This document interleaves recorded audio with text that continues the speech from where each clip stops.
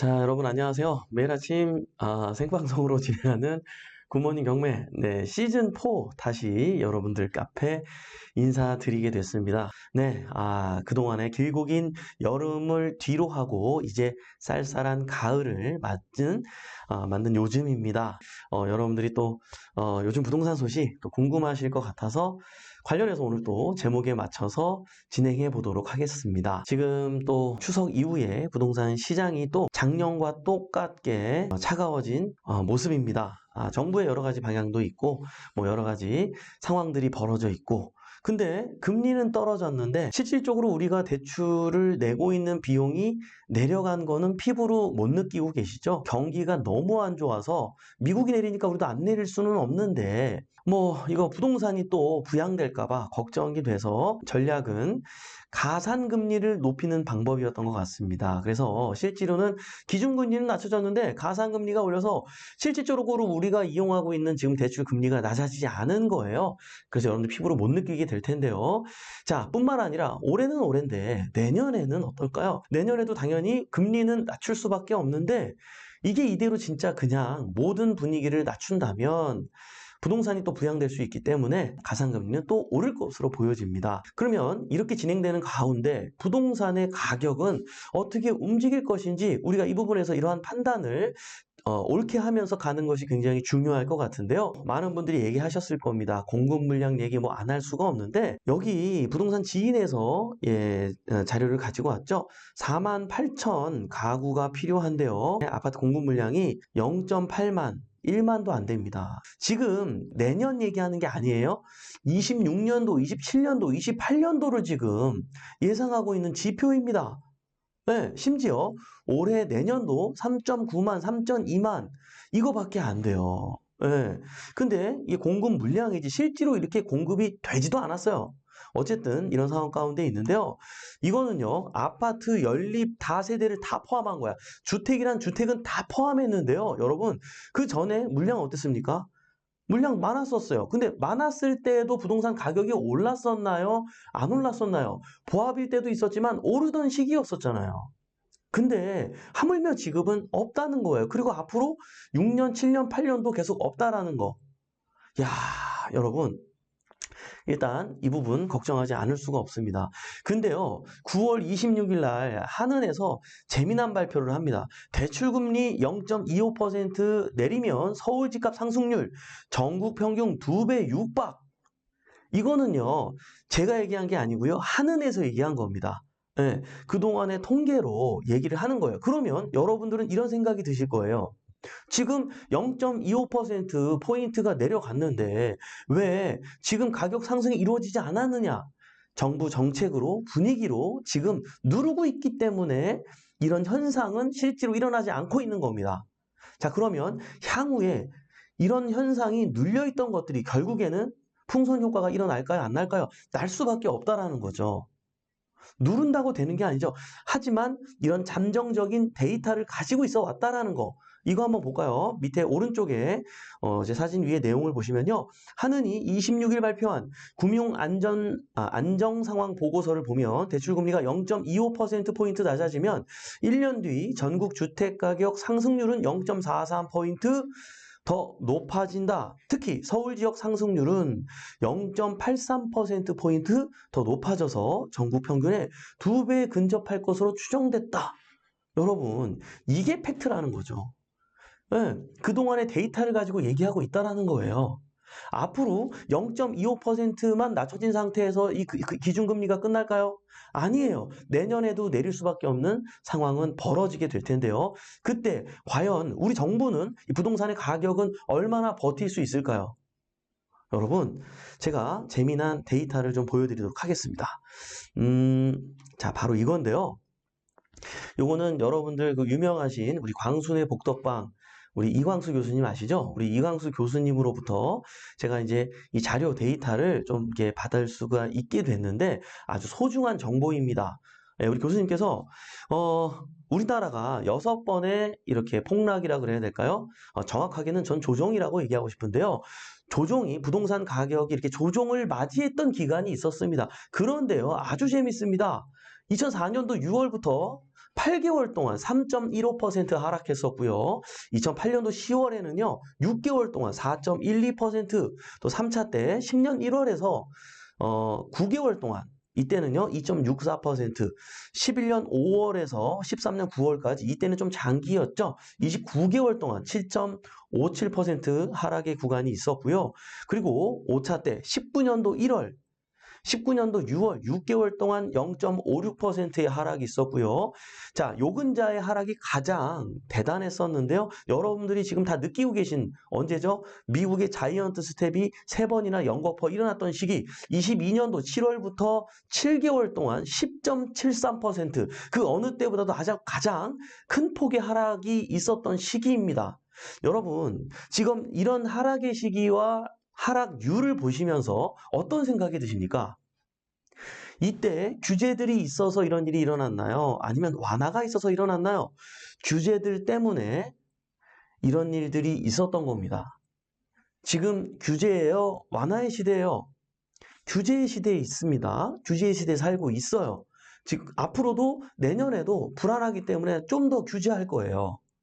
자, 그러면 역사를 통해서 보더라도, 통계를 통해서 보더라도, 지금 그래프를 보더라도 아시는 것처럼 실제로 규제를 한다 하더라도 6개월에서 7개월, 장기적으로 보통 9개월 정도면 우리는 그 상황 가운데 적응을 했다라는 거예요. 역사가 보여주잖아요. 적응을 했었다라는 거예요. 그리고 그게 이제 어느 정도 적응 시기가 되면 지금은 좀 마음이 불편합니다. 네, 좀 떨어질 것 같고. 근데 몇 개월이 지나도 생각보다는 조정이 안 되네? 에? 뭐야? 야, 이거 뭐야? 이러다가 야, 사야겠다. 사야겠다. 왜? 왜? 금리가 낮으니까. 언제까지 그거를 가상금리로 누를 수 있는 상황을 만들 수는 없기 때문에 상황이 좋아질 때 그때 내가 보유하고 있지 않으면 나는 또 벼락거지 또 이런 상황이 벌어질 수가 있기 때문에 많은 분들이 그때 가서는 내년쯤에는 움직일 수밖에 없다라는 거죠. 제가 이 얘기를 뒷받침하고 싶은 근거는요, 여러분. 자, 내년에도 금리가 내려간다 쳐. 오케이. 정책적으로 막 누른다고 쳐. 그건 그거고요. 2년 후에는 어떻게 할 건데? 2년 후에 뭐가 있습니까, 여러분? 대선이 있습니다. 국회의원 선거가 아니고요. 대선이에요. 근데요, 문정부 때는요, 주택을 갖고 있었던 사람들이 40%에 불과했습니다. 지금은요, 60%나 주택을 갖고 있어요. 대한민국 국민 중에 60%나 주택을 갖고 있다는 거예요. 어느 누가 대선 때 야, 여러분들의 부동산의 가격을 보편 타당한 세상을 위해서 합리적으로 주택 가격을 반값으로 낮추겠습니다. 만약에 이제 막 어떤 당원이 막 외칩니다. 예. 집값을 갖고 있는 국민이 60%인데 그분을 뽑을까요? 정말 그분이 민주당원의 엄청난 팬이셔도 우리 집값을 절반으로 낮추겠다는데 여러분 너무 팩트를 얘기해서 죄송합니다. 그냥 이건 진심으로 불편한 진실이 아닐까. 우리가 이러한 부분은 불편하지만 진실은 진실대로 생각을 해야 되지 않겠습니까? 더 중요한 건 뭘까요? 자, 그거는 대선 초반부터 이런 이슈가 나올까요? 아니요. 내년 분명히 초중반이 되면 또 많은 전문가들이 이 이야기를 하게 될 겁니다. 그러면 내년에 금리가 내려가고 이런 분위기가 계속되는 이런 시점에 억지로 정부가 눌러서 어쩔 수 없이 가격이 잡혀있는 이런 시점에 머무르고 그냥 이렇게 관망하고 있을까요? 아니요. 또 거래가 이루어지고 활발해지고 움직일 겁니다. 움직일 겁니다. 그럼 그때 가서 사면 또 늦는다는 거죠. 지금 이렇게 사람들이 싱숭생숭 할 때 우리가 움직여야 된다는 거예요. 움직여야 된다는 거예요. 고민할 게 있습니까? 여러분, 2025년도 부동산 시장 전망해가지고요. 이거는 24년도 10월 14일 날, 며칠 전에 이게 하나금융경제연구소죠. 하나금융연구소 이쪽에서 발표한 자료인데요. 아주 재밌습니다. 간단하게 조선일보인가요? 이쪽에서 한국경제TV네요. 이쪽에서 간략하게 핵심을 얘기해 줬어요. 그 내용을 정리해 보면 이 하나금융경제연구소에서도 뭐라고 얘기하냐면요. 내년 부동산 가격 오른다. 수도권 매수세 집중. 지방은 양극화를 맞이할 수밖에 없을 듯 이렇게 전망을 내놨습니다.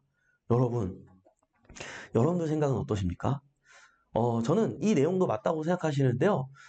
일부 지방도요, 대선에 효과가 필요하기 때문에 계속 지금 봐봐요. 수도권만 좀 올랐지. 요 근자에 요 몇 개월 동안 서울하고 이 수도권 쪽 안으로만 재미를 봤지. 저 지방은 아직도 힘들단 말이에요. 그러면 2년 후에 대선인데 그리고 집을 갖고 있는 사람이 60%인데 지방에 있는 가격을 더 떨어뜨리겠다 그러면 뽑아줄까요?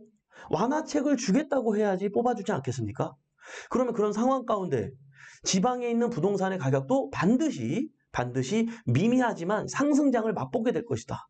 이것까지 여러분들이 우리 군무원 경매 식구들이 예상할 수 있었으면 좋겠어요. 자, 그러면 그때를 위해서 지금 지방에 있는 거를 사서 전세를 두고 있어야 될까요? 그건 또 아니에요. 그것까지는 좀 아닌 것 같고 죄송하지만 예, 부동산을 지방에 보유하고 있으신 분들이 그때가 되면은 이거를 정리하고 올라올 수 있는 기회가 되지 않을까. 좀 요렇게 조언을 좀 드리고 싶습니다. 그때가 돼서 또 상승장 탔네? 빨리 사야지. 요 분위기가 한 3년은 갈 것 같은데 안 됩니다, 여러분. 안 됩니다. 죄송합니다. 네, 죄송합니다. 그때 여러분들이 지방에 보유하고 있는 게 있다면 이 부동산을 사는 기준을 잘 생각하면서 판단할 수 있었으면 좋겠습니다. 이게 산다라는 개념은 라이프와 바이로 나눠서 생각할 수가 있겠죠.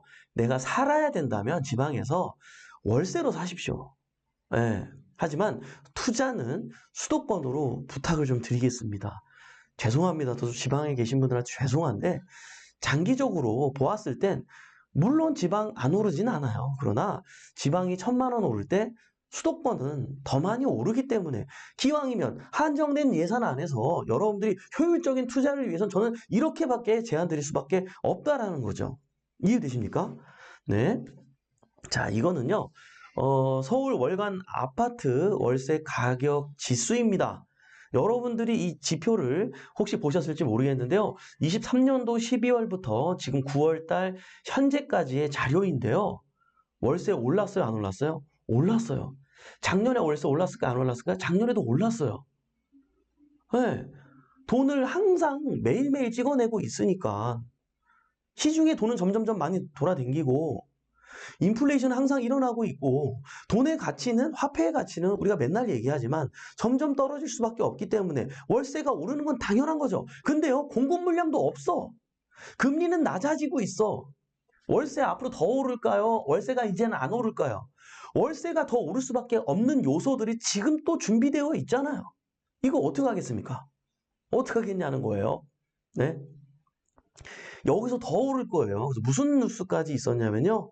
이런 기사가 떴습니다. 10월 15일 달, 10월 15일 이투데이, 이투데이, 요 우리 맞은편에 있는 건물이 이투데이인데, 이거구나. 예, 어쨌든, 일반 아파트 월세가 500만 원? 놀랐습니다. 서울 아파트 월세 시장 펄펄 끓는다. 여러분들 어떻게 보십니까? 예? 하하, 여러분. 자, 요거까지 예상을 하시고 여러분들 관찰하셔야 됩니다. 요것도 제가 이광수 교수님한테 자료를 좀 받았습니다. 여러분들 얼마 전에 그 이현희 국회의원이 그 자금 조달 계획서 관련해서 데이터를 좀 달라고 해가지고 받았다고 했죠. 그 자료인데요. 여기 보시면은 이게 우리 경매인들은 당연히 자금 조달 계획서를 제출하면서 우리가 뭐 이런 거를 내지는 않기 때문에 우리랑 관련은 없지만 일반 거래로 매입하시는 분들은 전부 다 자금 조달 계획서를 냈단 말이에요. 근데 이게 이 데이터가 우리한테도 귀감이 됩니다. 굉장히 중요한 자료들입니다. 이 시행이 된 지는 지금 3년이 됐는데요. 그동안의 자료들을 보니까요. 연령대별로 이렇게 어떤 자금으로 어떤 비율로서 구입을 했는지에 대한 내용이 나오는데, 물론 뭐 10대나 20대 이런 분들은 뭐 상속이나 증여 이런 게 좀 비율이 높았고요. 그 외에는 대부분 다 어땠다? 밑에 22, 23, 24를 합친 내용이 나옵니다. 여기 파란색 부분이 바로 금융기관 대출액에 따른 비율이 나왔는데요. 모든 연도의 통계를 보니까요. 여러분 보이시나요? 0.52, 그러니까 52% 비율. 예, 정확하게 얘기하면 좀 수치는 다르지만 그냥 통계적으로 봤을 때 이 주택을 구입하는 데 있어서 절반 이상가량은 대부분 대출을 끼고서 매입했다는 사실을 기억하셔야 됩니다. 지금 왜 거래가 없을까요? 대출이 안 돼서 없는 거예요. 대출이 안 돼서 없는 거예요, 여러분. 네? 자, 다시 돌아올까요? 지금 대출을 막고 있기 때문에 거래가 없는 거예요. 사고 싶어도. 근데 지금 사람들의 심리가 지금 사고 싶어요? 안 사고 싶어요? 사고 싶은 마음이 점점점 시간이 지날수록 더 생기는 시장 반응이, 현상이 일어날 겁니다. 네. 근데 대출을 이렇게 막으면 항상 52% 정도에는 대출을 다 끼고서 매입을 해왔었는데 대출을 막고 있기 때문에 더군다나 지금 시장이 어떠냐면요. 지금 정부에서 이렇게 대출을 막지 않더라도 원래 금융권에서는 매년 그래왔어요. 연말이 되면 대출을 잘 안 해줬어요. 그들도 이제 감사도 받아야 되고 내년을 준비해야 되고 이미 영업이익을 다 이뤘기 때문에 굳이 연말에 불편하게 뭐 행정부 여러 가지도 작성하면서 일거리 만들면서 이럴 이유가 없기 때문에 원래 같았어도 원래 대출이 안 나오는 시즌입니다. 항상 연말이 그래요. 그러나 지금은 정부에서도 막고 있기 때문에 어차피 은행권에서도 영업이익 충분히 이뤘기, 목표 달성 올해 거 다 했기 때문에 안 해줄 거예요. 이 얘긴즉슨 올해 여러분들이 단타를 목적으로 하신다. 올해 연말까지는 단타가 힘들 겁니다. 이건 알고 하셔야 돼요. 특히 경매로 하시는 분들, 공매로 단타를 목적으로 하시는 분들 많이 계신 걸로 아는데 요거는 여러분들 현실적으로 어려울 수 있다는 것을 감안하고 하셔야 된다. 하지만 내년이 되면 다시 내년이 되면 은행에서도 1년치 또 그 각 은행들마다 대출이 나가야 되는 그 어떤 비율들이 다 있기 때문에 그걸 채우기 위해서는 또 열심히 일할 수밖에 없습니다. 정부의 어떤 규제가 있더라도 은행권은 어떻게든 또 대출을 해주기 위해서 또 이런저런 방향성을 가지고 노력하게 될 겁니다. 여러분들 옛날에 기억나세요? 문정부 때 대출을 굉장히 막았더니 은행에서 어떤 것까지 만들었죠? 원래 사업자를 갖고 있는 사람들만 신탁대출을 받게 해줬었는데 개인들도 신탁대출을 받게끔 요렇게 해서 요런 방향으로 대출을 받을 수 있게 했었던 거, 그런 변화가 왔었던 거 기억나시죠? 예, 은행도 사실은 장사하기 때문에 어떤 또 정부의 규제가 있더라도 반드시 여러 가지 방향성을 가지고 내년에는 그런 대출 상품들이 또 나오게 될 것이다. 그로 인해서 지금 올해 말까지는 어쩔지 몰라도 어쩔지 몰라도가 아니라 거래가 활발하지도 않을 거고 시장이 안 좋을 것으로 보입니다. 그러나 앞서 제가 영상에서 말씀드린 바가 있지만 거래량이 적은 거지 부동산 가격 거래가 아예 전멸은 아니에요, 여러분. 이해되시죠?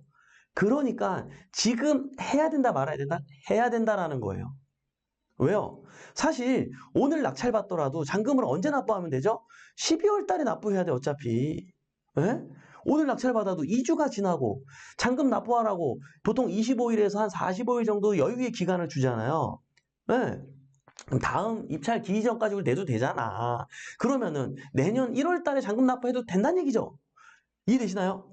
초보자는 좀 어려울 수 있겠네요. 그죠? 그죠? 한 번이라도 경매 공부 해보신 분들은 무슨 말인지 아실 거예요. 예, 여러분, 저는요, 향후 3년간의 부동산 시장 정확하게 이렇게 봅니다. 여러분들 모르겠어요. 여러분들 제가 앞서 정말 많은 유튜브 영상으로 여러분들께 그동안 인사를 드려왔는데, 제 영상을 정말 옛날 거부터 한번 봐주셨으면 좋겠습니다.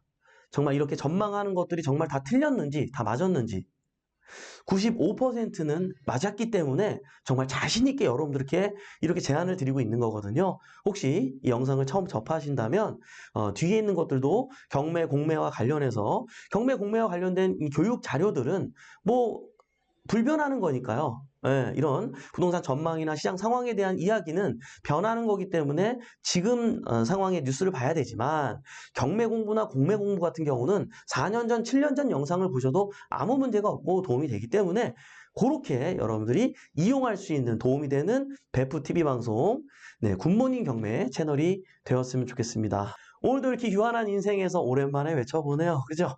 오늘도 이렇게 유한한 인생에서 소중한 시간을 함께 해준 여러분 대단히 감사합니다. 매일 아침 행복한 부자가 되고 싶다면 굿모닝 경매와 함께 하시죠. 저는 또 내일 아침 활기찬 모습으로 찾아뵙도록 하겠습니다. 지금까지 백복션 이성재 멘토였습니다. 우리 같이 잘 됩시다. 화이팅!